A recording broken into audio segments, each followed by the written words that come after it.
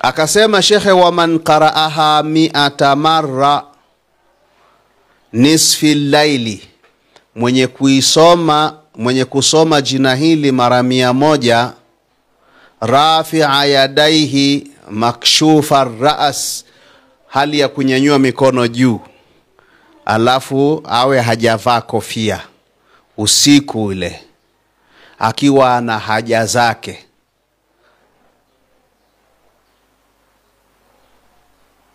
yaqudhi hajatahu, Mwenyezi Mungu atamkidhia haja yake. Mwenyezi ya Wahhab, ya Wahhab, ya Wahhab mara 100, Mungu atamkidhia haja yake.